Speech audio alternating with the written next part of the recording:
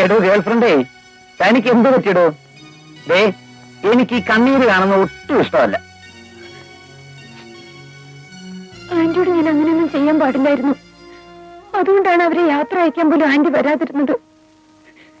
മോളൊന്നുകൊണ്ട് വിഷമിക്കണ്ട. മോളൊരു കാര്യം ചെയ്യും, മോൾ ആന്റിയുടെ അടുത്ത് ചെന്ന് നിന്റെ മധുരമുള്ള സ്വരത്തിൽ ഒരു 2 ഡയലോഗ് ആക്കിയാൽ മതി, എല്ലാം ശരിയാവും. ബാക്കി കാര്യം ദേ ഈ ബോയ് ഫ്രണ്ട് ഏറ്റു.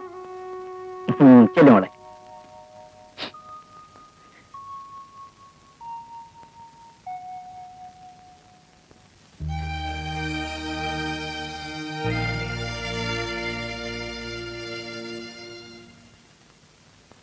ആന്റി,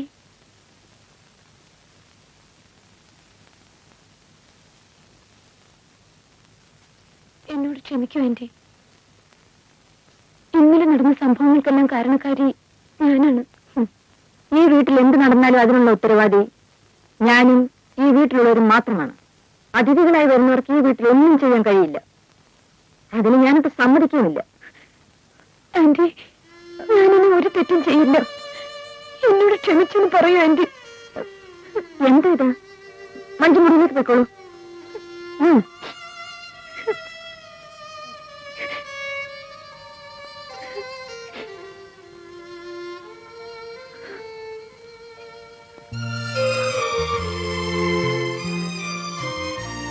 മക്കളൊക്കെ പോയപ്പോ വീട് ഉറങ്ങിയതുപോലെയായി അല്ലേ പത്മാവതി? അവരെല്ലാവരും കൂടെ ഉറങ്ങിപ്പോന്ന് കണ്ടപ്പോ മനസ്സിനെന്തോ ഒരു പ്രയാസം. മനസ്സിന് കൂടുതൽ ശക്തി ഉണ്ടാക്കാൻ ശ്രമിക്കുന്നത് നല്ലതാണ്. അവരോരോരുത്തര് അവരവരുടെ കാര്യങ്ങൾ നോക്കി വീട് വിട്ടിറങ്ങി പോകുമ്പോൾ ചിലപ്പോൾ നിങ്ങൾക്ക് താങ്ങാനാവില്ലെന്ന് വരും. നീ എന്താ പത്മാവതി പറയുന്നത്? സംഭവിക്കാനുള്ള എല്ലാം സംഭവിച്ചു. അവർ കുട്ടികളല്ലേ, പക്വതയും വിവരമുള്ള നമ്മളല്ലേ അതൊക്കെ ക്ഷമിക്കേണ്ടത്. നീ അതൊക്കെ അങ്ങ് മറന്നേക്ക്. കഴിഞ്ഞതൊന്നും എനിക്ക് മറക്കാനാവില്ല.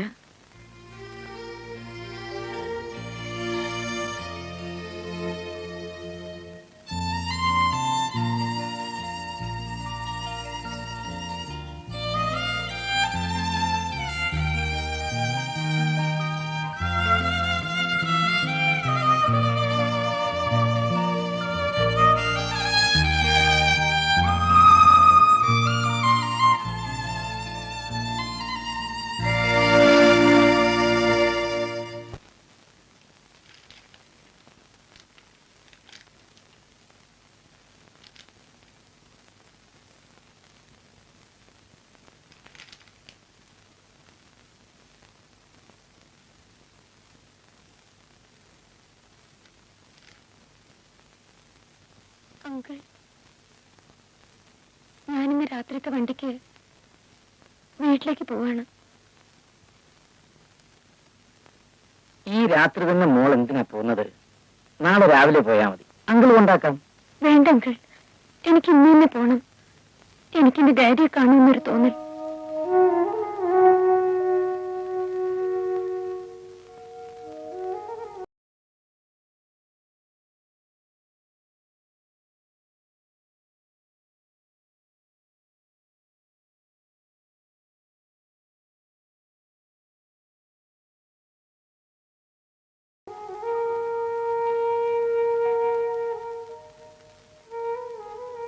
ആന്റി, ഞാനിന്ന് വീട്ടിലേക്ക് പോവാണ്. ശരി. അതിനു മുമ്പ് ആന്റി എന്നോട് ക്ഷമിച്ചെന്ന് പറയണം. അതിന് കുട്ടി ഒരു തെറ്റ് എന്നോട് ചെയ്തില്ലല്ലോ.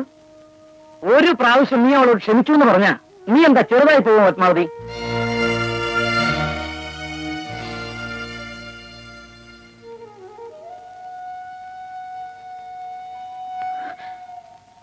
ആന്റി, ആന്റി എന്നോട് ക്ഷമിച്ചു എന്ന് പറഞ്ഞില്ലെങ്കിൽ ഇനി ഞാൻ ഒരിക്കലും ഈ വീട്ടിലേക്ക് വരില്ല. നിനക്ക് വരികയോ വരാതിരിക്കുകയോ ചെയ്യാം, അതെല്ലാം നിന്റെ ഇഷ്ടം. Aunty please. നോക്കൂ, രാത്രി വണ്ടിക്ക് പോകേണ്ടതല്ലേ, അല്പം വിശ്രമിക്കും.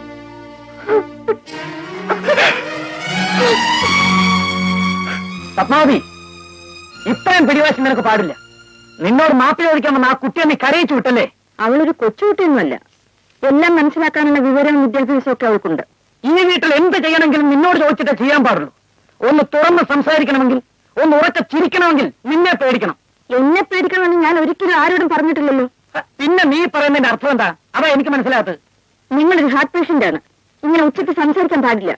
ഞാൻ ഉച്ചത്തിൽ സംസാരിക്കും. ഇനിയും എന്റെ ശബ്ദം ഉയരും. കഴിഞ്ഞ 30 വർഷക്കാലം നമ്മുടെ കുടുംബത്തിന്റെ സമാധാനത്തിന് വേണ്ടി നീ പറഞ്ഞതെല്ലാം അനുസരിച്ച് ജീവിച്ചവനാ ഞാൻ. നമ്മുടെ മക്കളൊന്ന് ചീട്ട് കളിച്ചാൽ, മരുമക്കളൊന്ന് നൃത്തം ചെയ്താൽ ഈ വീട് ക്ലബോ നൃത്തശാലയാവുമെന്നാ നിന്റെ ഭയം. നിങ്ങൾ പറയുന്നത് ഇവിടെ ഡിസിപ്ലിൻ ഒന്നും വേണ്ടെന്നാണോ? Discipline discipline discipline. ഹോസ്പിറ്റലിലെ ഡിസിപ്ലിൻ, ജയിലിലെ ഡിസിപ്ലിൻ. എനിക്ക് മടുത്തു.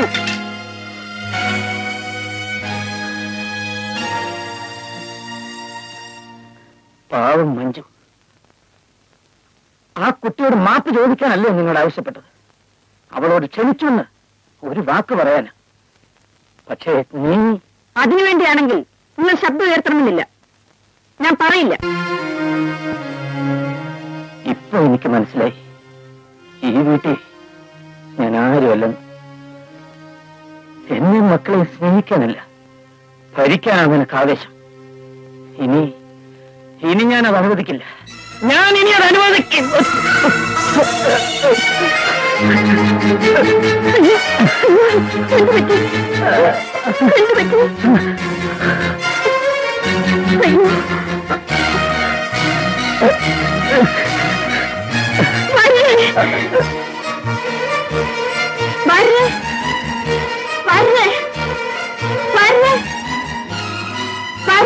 മഞ്ജു, ഭാര്യ കണ്ടോ? ഭാര്യ ഇപ്പൊ പുറത്തേക്ക് പോകുന്നുണ്ടോ? എന്തായി മഞ്ജു? അങ്കിളിന് നല്ല സുഖമില്ല, ഹാർട്ടിനാണെന്ന് തോന്നുന്നു.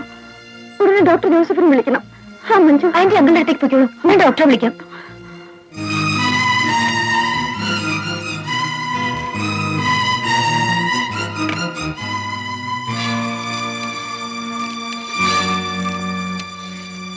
ഹലോ, ഡോക്ടർ ജോസഫ് ചേരാന്റെ വീടല്ലേ?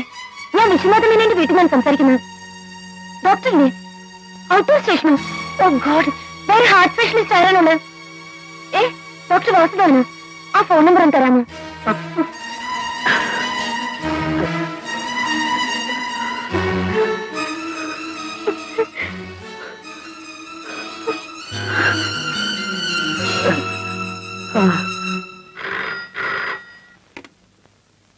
Doctor Vasudevan here.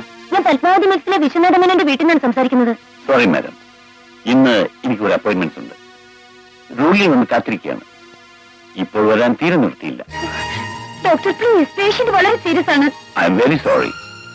നിങ്ങൾ മറ്റേതെങ്കിലും ഡോക്ടറെ വിളിക്കും. ഞാൻ കൊടുത്ത അപ്പോയിന്റ്മെന്റ് തെറ്റിക്കാൻ ഒക്കില്ല. Listen doctor, appointments can wait, but death will not. നിങ്ങളൊരു ഡോക്ടറാണ്. പണം കൂടുതൽ കിട്ടാൻ വേണ്ടിയാണ് കൂടുതൽ അപ്പോയിന്റ്മെന്റ്സ് ഉണ്ടെന്ന് പറയുന്നത്. നിങ്ങൾക്ക് എത്ര പണം വേണമെങ്കിലും തരാം. നിങ്ങളുടെ അപ്പോയിന്റ്മെന്റ്സിനേക്കാൾ വലുത് മരണക്കിടക്കയിൽ കിടക്കുന്ന ഒരു മനുഷ്യന്റെ ജീവനാണ്.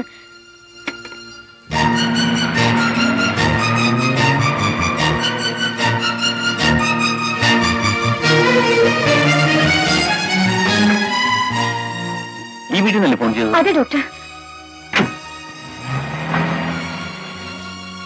വരൂ. പേഷ്യന്റ് എവിടെ? ഫോണിലുണ്ട്.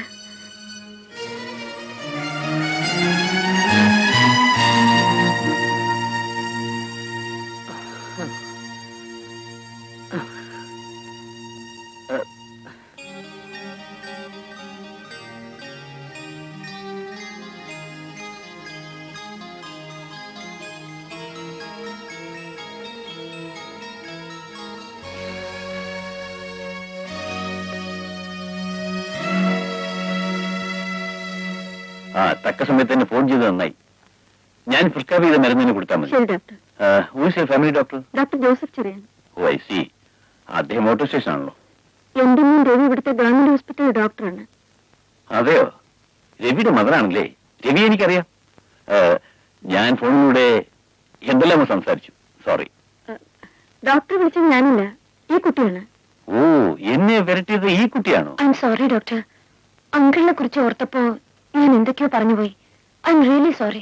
It's quite alright. Take it easy. Doctor, fees എത്രയെന്ന് പറഞ്ഞില്ല. ഓ, ഫീസോ? ആദ്യം പേഷ്യന്റ് അസുഖം മാറട്ടെ. ഫീസിന്റെ കാര്യം പിന്നീട് ആലോചിക്കാം.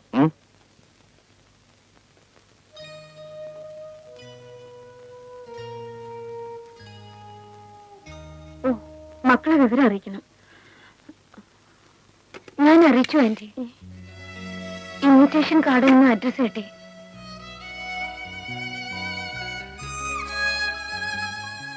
ആന്റി അങ്കിളിന്റെ അടുത്തേക്ക് ചെല്ലൂ. ഇവിടുത്തെ കാര്യങ്ങൾ ഞാൻ നോക്കിക്കോളാം.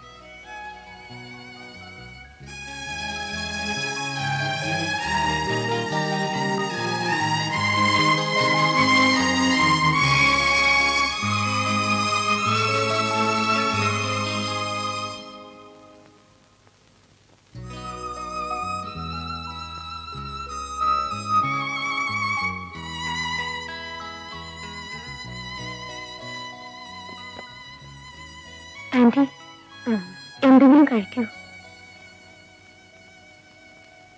എനിക്കൊന്നും വേണ്ട. ആന്റി ഒന്നും കഴിക്കാതിരുന്നാൽ അങ്കിളുടെ അസുഖം മാറുമോ?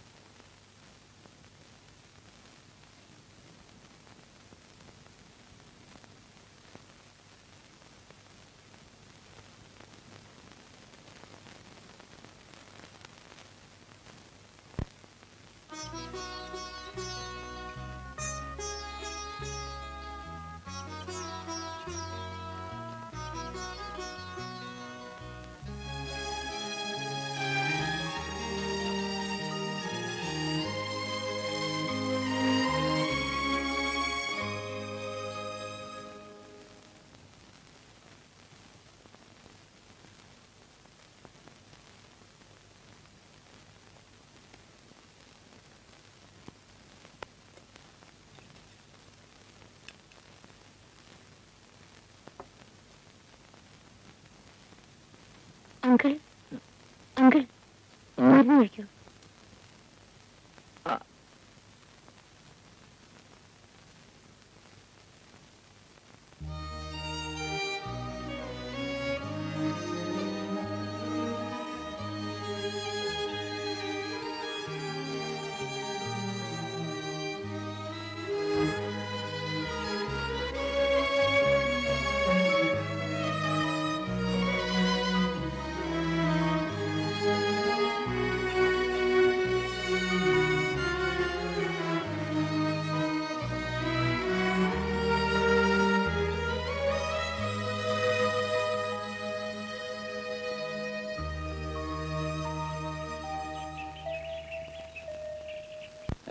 മേനോൻ കൃത്യസമയത്തിന് മരുന്ന് കഴിക്കുന്നുണ്ടോ? കഴിച്ചില്ലെങ്കിൽ എന്നെ വരട്ടി പോലെ പേടിപ്പിച്ച് കഴിപ്പിക്കണം. ഞാൻ മറ്റേ മേനോൻ. ശരി, നമസ്കാരം. ഇനി പേടിക്കാനൊന്നുമില്ല. Couple of days. ഓക്കെ.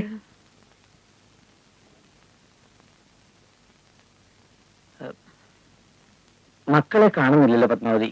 അവരിപ്പോ എത്തുന്നു മഞ്ജു പറഞ്ഞു. നിങ്ങൾക്ക് ഓർമ്മയുണ്ടോ, മഞ്ജുവിനെ രവിയെ കൊണ്ട് വിവാഹം കഴിപ്പിക്കണമെന്ന് നിങ്ങൾ പറഞ്ഞപ്പോ ഇങ്ങനെയുള്ള പെൺകുട്ടികൾ സ്വന്തം കാര്യം നോക്കുന്നവരാണെന്ന് ഞാൻ പറഞ്ഞത്? ഞാൻ ഒരിക്കലും അങ്ങനെ പറഞ്ഞുകൂടായിരുന്നു. ഈ 2 ദിവസം കൊണ്ട് എനിക്ക് പോലും ചെയ്യാൻ കഴിയാത്ത കാര്യങ്ങളാണ് അവൾ ചെയ്തത്. ഞാനിതുവരെ ആരുടെ മുന്നിലും തോറ്റുകൊടുത്തിട്ടില്ല. പക്ഷേ അവൾ സ്നേഹം കൊണ്ട് എന്നെ തോൽപ്പിച്ചു കളഞ്ഞു.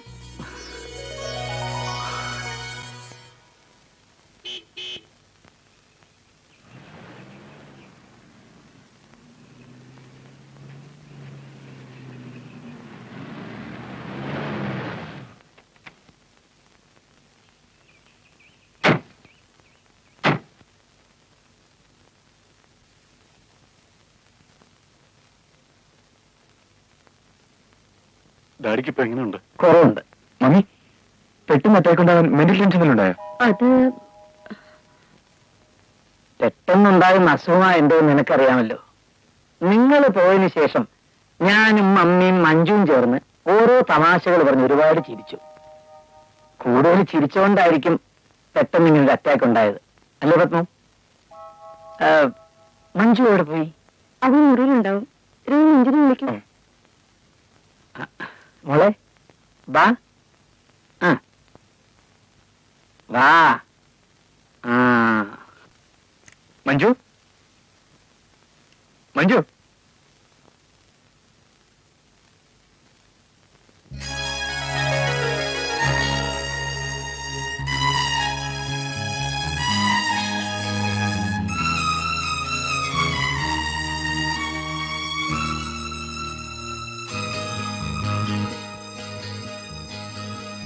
മഞ്ജു എവിടെയും കാണുന്നില്ല.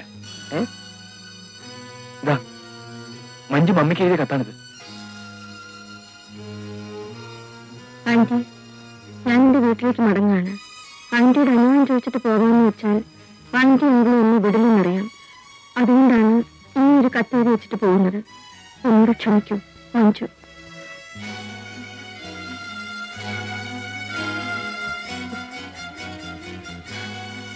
ഞാൻ ഇപ്പൊ വരാൻ കേട്ടോ.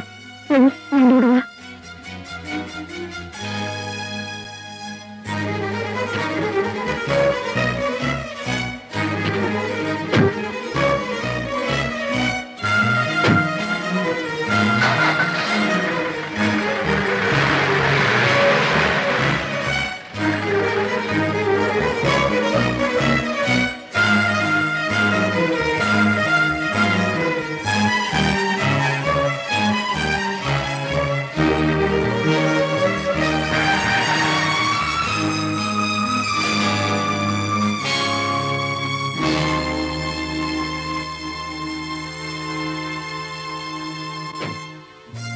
നീ ഇപ്പോൾ എന്റെ വീട്ടിലെ നിയമം തെറ്റിച്ചുകൊണ്ടാണ് ഇറങ്ങി വന്നിരിക്കുന്നത്. ഒരു കത്തെഴുതി വെച്ചിട്ട് ആരോടും പറയാതെ ഇങ്ങനെ പോയാൽ ഞാൻ നിന്നോട് ക്ഷമിക്കുമെന്നായിരിക്കും നീ കരുതിയത്. വരൂ, വീട്ടിലേക്ക് പോവാം. ഇല്ല ആന്റി, ഞാൻ വരുന്നില്ല. നിങ്ങളുടെ വീട്ടിലെ ഡിസിപ്ലിൻ നശിപ്പിക്കാൻ ഞാൻ ആഗ്രഹിക്കുന്നില്ല. ഞാൻ നിന്നെ എന്റെ വീട്ടിലേക്ക് മഞ്ജുവായിട്ടല്ല, ഞാൻ വിളിക്കുന്നത് എന്റെ മോന്റെ ഭാര്യയായിട്ടാണ്.